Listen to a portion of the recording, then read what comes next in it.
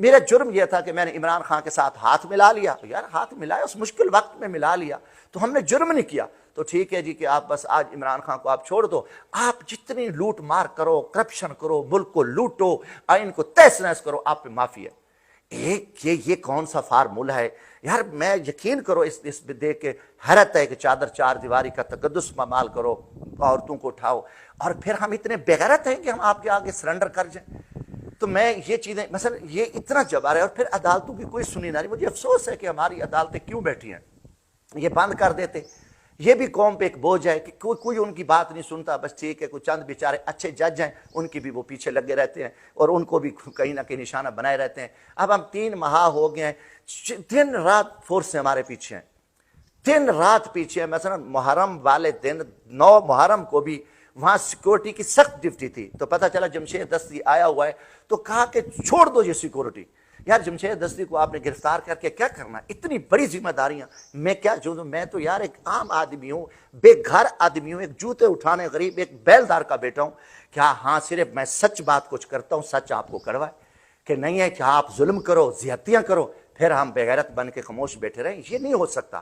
اور ہم تھوکتے ہیں ایسی ایم این اے شپ پہ. لوگوں کو کہو, لوگوں کو ضرورت ہے, ان کی مجبوریاں ہیں. بڑے بڑے سرداروں, نوابوں, جگیرداروں کی کہ ایم این اے بننا ہے, تھانے دار لگوانا ہے, پٹواری لگوانا ہے, ڈی سی لگوانا ہے, ڈی پی او لگوانا ہے, بھتہ کھانا ہے, ظلم کرنے ہیں, لوگوں کے اوپر مقدمے درج کرانے ہیں, لوگوں کے اوپر کتے چھوڑنے ہیں, ان کی جائیدادوں پہ قبضے کرنے ہیں. یہ لوگ تو اپنا ضمیر, ان میں ضمیر بھی نہیں ہوتا, وہ بکتے ہیں. اب ہم نے خدمت والے لوگ, ہم نے کیا کسی سے انتقام لینا ہے, کسی کو جیل میں ڈکوانا ہے, مار دھار کرنی ہے؟ ہمارا گھر بھی نہیں ہے, میری کوئی جائیداد مربع نہیں ہے کہ آپ آ کے قبضے کر لو. تو ہم آ کے ہم ایک اعلانت ہے ایسی ایم این اے شپ پہ کہ ہمیں الیکشن سے باہر رکھ دیں گی, فلان کر دیں گی, ہم ایسی چیزوں پہ تھوکتے ہیں. باقی میں قوم کو یہ بتا دوں, ابھی جو یہ عمران خان کا اس سلسلہ شروع ہوا ہے, جو یہ مہنگائی کی بات کر رہے ہیں اور یہ کہتے ہیں کہ ہم سے کون, ان سے کچھ سوال کرنے والا ہے. 120 ارب روپے انہوں نے اسی دوران عمران خان تحریک انصاف کو کے اوپر ایف آئی آروں میں, ان کو پکڑنے میں, لوگوں کو اٹھانے میں, اور ان کے پورے ملک میں ان کے پیچھے جو ہے نا ان کے اوپر چلان بھیجنے میں یہ پیسہ خرچ ہوا ہے. اتنا پیسہ 120 ارب روپے قوم کے ٹیکس کے جو انہوں نے لوٹ کے, آپ بتاؤ کہ ایک بندے کے پیچھے 150 گاڑی ہیں, ان کو اٹھا رہے ہیں, ان کو پھر راجن پور والے کو وہاڑی بھیج رہے ہیں, وہاڑی والے کو ناروال بھیج رہے ہیں, کسی کو کوئٹے بھیج رہے ہیں, کسی کو کراچی بھیج رہے ہیں, کسی کو اس ایک کے خواب بتائیں کہ یہ سرکاری تیل جو ہے, جو سرکاری پرچی پہ وہ 10 لیٹر ڈلواتے ہیں, 100 لیٹر لکھتے ہیں. اکثر پولیس والے تو ویسے مختلف بچارے تیل ایجنسیوں سے جا کے مار دھر کر لیتے ہیں, ان سے کوئی پوچھنے والا نہیں. آئی جیز کو, سی سی پی اوز کو, آر پی اوز کو, ڈی پی اوز کو, کمشنر, ڈپٹی کمشنر, ان کو اندھے اختیار ہیں اور ان کا کوئی آڈٹ نہیں ہے. قوم ان سے سوال کر سکتی ہے کہ آپ نے 120 ارب روپے اس غریب قوم کے ٹیکسز کے پیسے, مزدوروں کے, تاجروں کے, کسانوں کے, ان کے صنعت کاروں کے لوٹ کے آپ نے اس سے کیا حاصل کیا؟ کتنے لوگوں کو دیکھو نا, رینجر پہ پیسہ لگ رہا ہے, ایف سی ہے, پولیس ہے, 30 ہزار پولیس کی نفریاں کھڑی ہیں, تو یہ افیسر, تو ان کا کوئی آڈٹ نہیں ہے. کوئی ان سے یہ سوال نہیں کر سکتا اور ان سے کوئی نہیں پوچھ سکتا. 120 ارب میرے ملک کے اور قوم کو کہتے ہیں جی غریب ہے. اس میں سے اس کا وجہ کیا ہے؟ لا قانونیت, آئین کو توڑ کے, اور کوئی نہیں مانتے کہ حکم ہے. ان کو پتہ ہے کہ قوم سے ہم نے لوٹنا ہے. یہ تباہی ہوئی ہے اور ان کو اس سے کچھ حاصل نہیں ہوا. ایک عمران خان کو انہوں نے جیل میں ڈالا ہوا ہے, لوگوں کو نکالتے ہیں. آپ دیکھو نا, ایک کارکن کو اٹھاتے ہیں, کار کو یا کسی ہماری لیڈرشپ کو ان کو اٹھاتے ہیں, تو ان کے پیچھے آپ دیکھیں کتنی گاڑی ہیں پولیس کی. ان کا ٹوٹل پیسہ کریں. میں تو 120 ارب کے فگر تو مجھے ایک سرکاری ایک دوست نے مجھے بھیجے ہیں کہ اتنا کرو, اس کا کوئی چیک نہیں, کوئی آڈٹ نہیں. یہ ایک پیسے کو جلا دو, کھا جو, ان سے کوئی پوچھنے والا نہیں, اور افیسروں کو مار دھاڑ کے موقع دیں, اور یہ پیسہ ان کا باہر جاتا ہے. آپ دیکھیں کہ بلوچستان میں جو اربوں روپے کی ڈیلی سمگلنگ ہو رہی ہے, کون کرا رہا ہے؟ قوم اندھی ہے؟ قوم کو اتنی نہیں پتہ. اربوں روپاؤں کی جو ہے 400 ٹینکر ڈیلی ایرانی تیل کا آ رہا ہے, اس کا کوئی ٹیکس نہیں ہے, اور وہاں اربوں روپے ڈیلی افغانستان سے پھر وہ ڈالر کنورٹ کر کے وہ باہر بھیج رہے ہیں. کون بھیج رہا ہے؟ اتنا بڑا ایک طرف مثلا آپ لوٹ مار کرو, قومی ادارے آپ تباہ کر دو, اور ان سے کوئی پوچھنے والا نہیں ہے. یہ چیز میں کہتا ہوں کہ بھائی یہ جو پیسہ قوم کا ہے, یہ اپنی عیاشیوں پہ, اپنی جھوٹی انا پہ, اپنے تکبر ظلم پہ یہ قوم پہ جو ہے نا یہ لگا رہے ہیں, اور ان کو کوئی اور فکر نہیں ہے. تو انشاءاللہ تعالی قوم کو ہم بتاتے رہیں گے. کچھ بھی ہو جائے ہم پاکستانی ہیں، ہم نے اس ملک میں امن قائم کرنا ہے، اس ملک کے تحفظ کے لیے، اس ملک کی عین کی بحالی کے لیے ہم اپنا تن من دھن جان لگائیں گے۔ ہم ان بزدلیوں کو آگے ہم اب سرنڈر نہیں کریں گے۔ ہمارے کس چیز کی گرفتاری دیں یار؟ کون سا گناہ کیا ہے؟ غریبوں کی ہم خدمتیں کرتے ہیں، جوتے اٹھائے ہیں، فری بسیں چلا رہا ہوں، چندے مانگتا ہوں۔ میں ایک پاکستان کی طریقہ پہلا میں نے جو ایک ہاری کا بیٹا جس کو کچھ میرے بڑے بڑے بادشاہت کو ہرا کہ آپ ہم نفرتیں پھیلا رہے ہو۔ ہر جگہ پہ جب ہمارے گھروں میں آتے ہو تو لوگ دیکھ نہیں رہے کہ یار ایک شخص عام آدمی، غریب آدمی جن سے ساتھ ہمارے ساتھ لاکھوں کروڑوں لوگ ہماری بات سنتے محبت کرتے ہیں، تو آپ صرف ٹھیک ہے آپ عمران خان بغض ہے۔ کل آپ نے ماضی میں کیا کیا تھا؟ کل کتنے لوگوں کو آپ نے چور کہا، پھر ان کو پاک کر دیا، کتنے کو آپ نے ڈاکو کہا، پھر آپ نے ان کو سرٹیفکیٹ دے دی، حکومتیں دے دی۔ تو قوم جان چکی ہے کہ آج جو کچھ اتنے جیلی کیسز، من گھڑت کیسز بنا کے کو ذلیل کر رہے ہو۔ میں نے پچھلی ویڈیو میں بھی کہا کہ ہماری بددعائیں آپ کے پیچھے ہیں، مگر ہم یقیناً میرا ایمان ہے ہم اللہ کو جواب دیں گے کہ یا اللہ ہم کچھ جو بس میں تھا ہم نے کیا تھا، اس لیے کھڑے ہیں۔ اور انشاءاللہ باقی دوسری طرف جو ہے نا، میں نے پچھلے دنوں پروگرام کیا 14 اگست کا، میں یقیناً گھر میں موجود ہوں، میں کہاں جاؤں، کس لیے جاؤں؟ اور یہ آ کے ڈیلی جو ہے نا 10 12 پولیس کے ڈالے اور باقی ویگو ڈالے وہ آ کے ہمارے گھروں میں داخل ہو جاتے ہیں، چھوٹے چھوٹے بچوں کو اٹھاتے ہیں، پھر تھانے میں لے جاتے ہیں، ان کو ٹارچر کرتے ہیں اور ان کو کہتے ہیں جی آپ ویڈیو پیغام دے دو اور آپ جو ہے نہ کرو، فلاں کو اٹھا لو، جمشید دستی کس کے پاس آیا تھا، کس کے پاس آیا تھا، آپ دوسرا دن ہے کافی لوگوں کو اٹھا رہے ہیں، ان کے پیچھے لگے ہوئے ہیں۔ تو میں ڈی پی او مظفر گڑھ کو یہ بات کہتا ہوں کہ دیکھو آپ کو ایک بات بڑی ذمہ داری ہے، میں ڈی سی کو بھی کہتا ہوں کہ اللہ کو بھی جواب دینا ہے، مرنا ہے۔ اگر آپ زیادتیاں کرو گے، ایک ذمہ داری یہ ہے کہ یہ کر رہے ہو ان کو کرسی کے لیے، اپنا ایمان ضمیر بیچ رہے ہو اور ظلم کر رہے ہو، اس چیز کے لیے اللہ آپ سے پوچھے گا۔ دوسرا، آپ کے پاس سارا دن ٹاؤٹ ہوتے ہیں، آپ کو نہیں پتا، آپ میری ہسٹری نہیں جانتے، آپ کے پاس خوشامتی اور ان لوگوں کا جو ہے نا وہ ڈیرا لگا ہوتا ہے۔ یہ میرا گھر ہے، میں نے آئین کے دائرے میں 14 اگست آزادی کا دن میں آیا، میرے اوپر کوئی کیس نہیں ہے اور بے گناہ گرفتاری بھی من گھڑت غلط ہے، تو میں آیا، تو میں نے کیا گناہ کیا؟ تو الحمدللہ میں کبھی اتنی نہیں کہ میں کہاں جاؤں گا، میں کبھی بھی نہیں گیا، بس میرے چند دن میں آپریشن تھا تو میں نے اپنا علاج کرایا اور میں سیریس تکلیف میں تھا، تو باقی تو الحمدللہ میں دیہاتی آدمی ہوں، میں تو جنگل میں بھی سو جاتا ہوں، ریت کے ٹیلوں پہ بھی میں سو جاتا ہوں اور زمین پہ بھی میں سو جاتا ہوں، کیونکہ میں ممی ڈیڈی نہیں ہوں اور میں نے اتنی بڑی تعلیم حاصل بھی نہیں کی تھی۔ بدقسمت یہ ہے کہ انگریزی تعلیم نے ہمیں بزدل بھی کیا، بےغیرت بھی کیا ہے کہ کیونکہ اخلاقیات اس میں نہیں ہے، خوف خدا نہیں ہے کہ اگر آپ قرآن پڑھ لیتے، حدیث پڑھ لیتے، نبی صلی اللہ علیہ وسلم کی زندگی کو پڑھ لیتے تو آپ ظلم نہ کرتے کہ آپ صلی اللہ علیہ وسلم نے دوران جنگ صحابہ کو حکم دیا بچوں کا خیال کرنا ہے، عورتوں کا خیال کرنا ہے، اور جو دشمن ہتھیار پھینک دے اس کو قتل نہیں کرنا، یہ ہدایات جاری ہوتی، اور آپ ہمارے ساتھ یہاں پہ آپ کیا کر رہے ہو؟ تو اگر آپ میں اس انسانیت ہوتی، اخلاقیات ہوتا تو آپ کرسی عہدے کو تھوک دیتے۔ آپ کہتے کہ ہم کسی کی بلا وجہ کسی کے گھر میں نہیں جاتے، مگر بدقسمتی کیونکہ آپ میں ایمان نہیں ہے، آپ بزدل ہو اور آپ کو کرسی ملی ہے، عہدہ ملا ہوا ہے، آپ یہ حرکتیں کرتے ہو۔ تو میں خیال کیا ہے، اور جتنے بھی آپ کے لوگوں کو آپ ڈپٹیاں لگاتے ہو یہ بھاگتے ہیں، یا آپ کے ایس ایچ او کی پوری خواہش ہوتی ہے کہ کہیں جمشید دستی کے ساتھ ہمارا آمنا سامنا نہ ہو جائے اور وہ سیٹ پہ رہے، وہ سمجھتے ہیں انہوں نے ادھر رہنا ہے، وہ نہیں کرتے، ان میں جو بھی آپ ادھر کرو وہ ڈرامہ کرو۔ رات کو میرے گھر آئے، پھر بیگم کو جب آپ اٹھانے آئے تو میں ان کی بھی مہربانی سمجھتا ہوں کہ جنہوں نے آفیسر کو سلام ہے کہ جنہوں نے خیال کیا کہ ایک 4 ماہ کا بچہ ہے اور عورت کو ہم کیوں اٹھا کے جائیں۔ میں اتنی بغیرتی یار، پھر ہمیں تکلیف ہوتی ہے، میں برکر آدمی ہوں تو میں اتنا میں کہ میری پوری فائٹ ہے اس جگیردار ہوں، اس فرسودہ بزدل نظام کے خلاف جن کے بڑے بڑے ڈیرے تھے، میں لڑا ہوں، میں نے جیلیں بھگتی ہیں، میں نے مفروریاں کاٹی ہیں، کوئی میرے لیے نئی بات نہیں ہے، میں ہر چیز سمجھتا ہوں۔ پھر آپ ان علاقوں میں نفرتیں پھیلا رہے ہو اور یہ ظلم کر رہے ہو، تو پھر ہم اس پہ خاموش بیٹھے رہے۔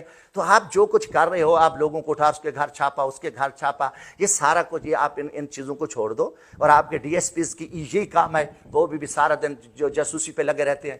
تو میرے الحمدللہ آج بھی میرے ساتھ 5 سے 10 ہزار لوگ ہیں، 5000 لوگوں نے مجھے حلفاً کہا کہ آپ مظفر گڑھ میں پروگرام کریں، تو میں نے کوشش کی کہ میں جلسے مہنگائی ہے، مظفر گڑھ کا 20,000 ہمارا علاقہ سریکی علاقہ پسماندہ ہے، غربت ہے، 20,000 میرے مزدور بے روزگار ہوئے ہیں، چلا رہے ہیں کہ آؤ اور آؤ، میں اگر 5,000 بندے لے کے مظفر گڑھ تم چلاؤ گولیاں مارو ہمیں۔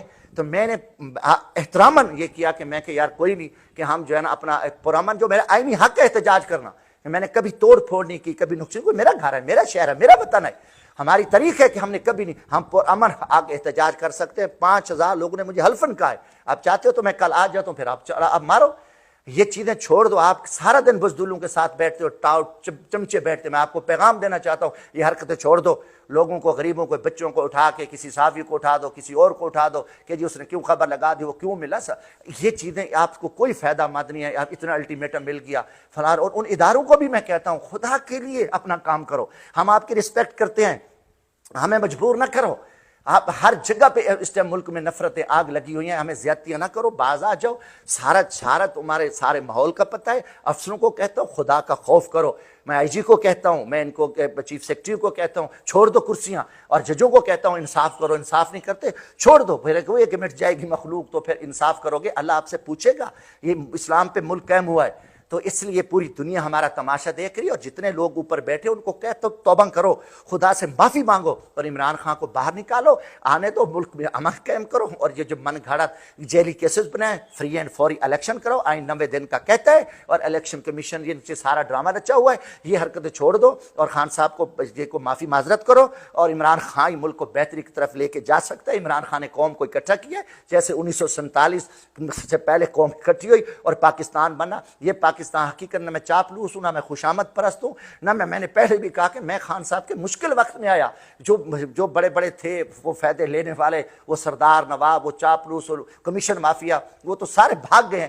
ہم مشکل وقت میں ہیں، پاکستان کے لیے ہیں، اور ہمیں ذلیل نہ کرو، نہ آپ ذلیل ہو، نہ قوم کا پیسہ لوٹو۔ اس لیے آج قوم کو میں نے بتا دیا کہ آپ کے 120 ارب مطلب 1000 کروڑ سے بھی کتنا زیادہ بنتا ہے جو قوم کا یہ ٹیکس لوٹ کے انہوں نے اپنی انا پہ، جھوٹی انا پہ لگا کے، اور پورے پاکستان کو انہوں نے خراب کیا ہے۔ لہٰذا عمران خان قوم کو متحد کر کے دنیا میں جائے گا، اور اس پہ دنیا اعتماد کرتی ہے، اور پاکستان کو بہتری کی طرف لے کے جا سکتا ہے۔ اور جیسے ہمارے بہت ہی عظیم ایک جنرل گزرے حمید گل رحمۃ اللہ علیہ صاحب، انہوں نے بھی کہا تھا کہ افغانستان کی جنگ کے بعد جب امریکہ رسوا ذلیل ہو کے جائے گا تو پھر قوم کو متحد ہونا پڑے گا، قوم کو اکٹھا ہونا پڑے گا، پھر ہم اس مسائل سے نکل سکیں گے۔ امریکن IMF نے ہمیں پھنسا دیا ہے، اور ہم IMF سے سخت قرضوں پہ پیسے لے کے کھا رہے ہیں، اور پوری قوم کو پتہ ہے، قوم بیچاری ڈری ہوئی ہے، کیونکہ قوم کے اوپر حملے ہوتے ہیں، چھاپے ہوتے ہیں، ان کو اٹھایا جاتا ہے، مگر وہ سوشل میڈیا پہ اپنی آواز ہیں۔ تو یہ میرا ایک پوری پاکستانی قوم کو بھی پیغام ہے کہ حق کے لیے نکلو، سچی بات کرو، اور انشاءاللہ ہم پاکستان ایک سیریس مسائل سے گزر رہا ہے، اور بڑے سخت حالات میں ہے، مگر جو عقل کے اندھے ہیں، وہ تکبر میں ہیں، وہ اپنی انا کے لیے وہ انہوں نے سب کچھ اس ملک کا جو ہے نا تہس نہس کیا ہوا ہے۔ اللہ کرے گا یہ قوم جاگے گی، انشاءاللہ پاکستان قیامت تک قائم رہے گا۔ امید کرتا ہوں، بارہ یہ ہمارا ایک ہی پیغام ہے، ہمارا ایک ہی راستہ سوشل میڈیا کا، قوم بتاتے ہیں، تو میں امید کرتا ہوں کہ انشاءاللہ پاکستانی قوم بھی جاگے گی، اور اللہ کرے گا کہ کچھ لوگ سمجھ جائیں جو پاکستان کے ساتھ مخلص ہیں۔ اللہ حافظ، پاکستان زندہ باد۔